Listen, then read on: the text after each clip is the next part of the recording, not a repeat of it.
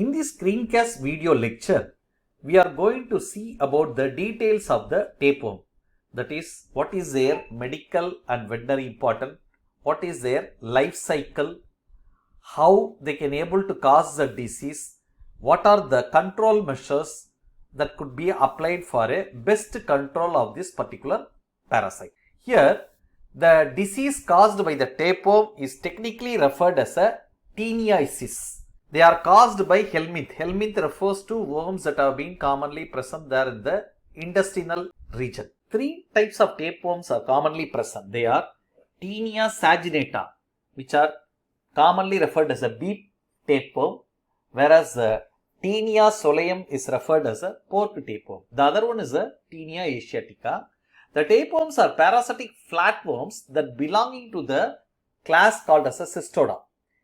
They live mainly in the intestinal or digestive tracts of the vertebrate, especially the adult stage lives in the intestinal tracts, whereas the juveniles, the young ones or larval forms of this tapeworm will be commonly living there in the pigs as well as the cattle.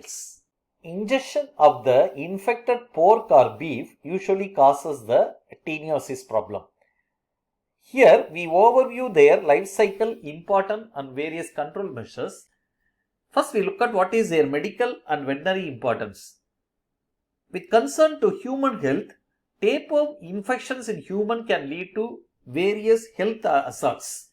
For example, Taenia saginata, that is the beef tapeworm, and Taenia soleum, the pork tapeworm, can able to cause teniosis, neurocysticercosis, which is again a symptom specifically caused by the larva of the Taenia soleum, that is the pork tapeworm. This neurocysticercosis is caused by the ingestion of the infected eggs by a person. The larva usually develops there in the brain and it can able to cause severe neurological problem including the seizures. Next we look at the points related to animal health. In livestock, tapeworm infections can able to cause significant economic losses, mainly due to the reduction in meat quality, weight loss of the animals and other health issues. Next, we look at the zoonotic potential of this particular pathogen. Some tapeworms, which specifically belonging to the genera Echinococcus granulosus, can able to infect both human as well as animals, and they can able to cause serious conditions such as a hydatid disease.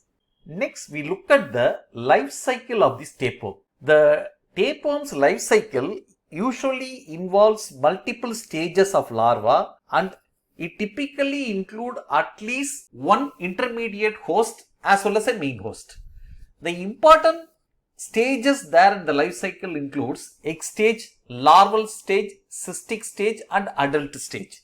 Here, two larval stages are much peculiar. One is the oncosphere kind of a larva and another one is a cysticerciforms. First, we try to look at the explanation there for the egg stage. The tapeworm eggs are technically referred as a gravid proglottids. These gravid proglottids refers to matured egg-filled segments of adult tapeworms.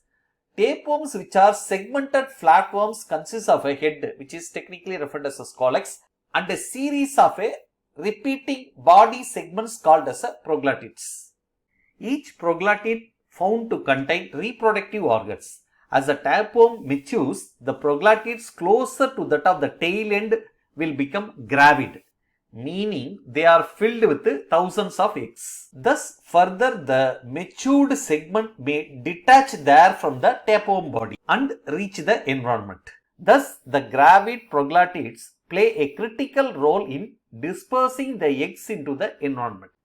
Cattle or pigs that were grazing there in the environment will have a lot of chance to ingest the eggs of this particular tapeworm. The egg or gravid proglottids that have been ingested can further lead to the formation of the first stage of the larva, that is called as a oncospheres, that will be hatching and penetrating there into the intestinal wall and sometimes they can able to even circulate directly into the muscles also. Once they are reaching the muscles, they form into the second stage of the larva, that is called as a cysticerci. In the next stage of the life cycle, the human may get a chance to infected by this particular cysticerci, mainly by ingesting a raw or undercooked infected meat that found to contain the cysticerci.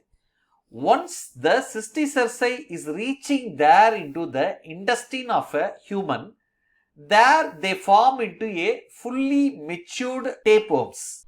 On maturation, the female worms can able to produce the sexually matured proglottids or gravid proglottids. Again, this proglottids containing segment can able to detach and they can able to reach the environment with the feces.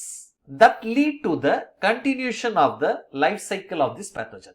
Next, we look at the control measures, mainly from the two standpoints. One is the preventive measures and another one is the treatments, medical treatments that can be taken up.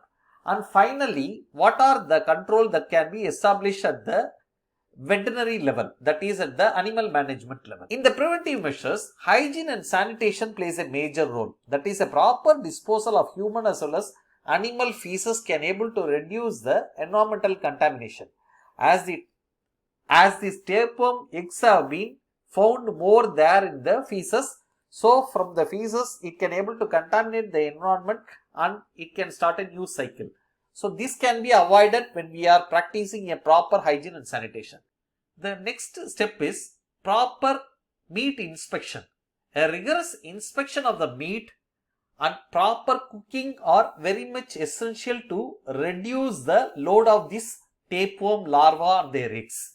A proper freezing of the meat can able to kill the tapeworm larva. As we already seen, two types of larva are there, that is oncosphere as well as cysticerci, which can be killed by a proper freezing and cooking. The next step is public health education.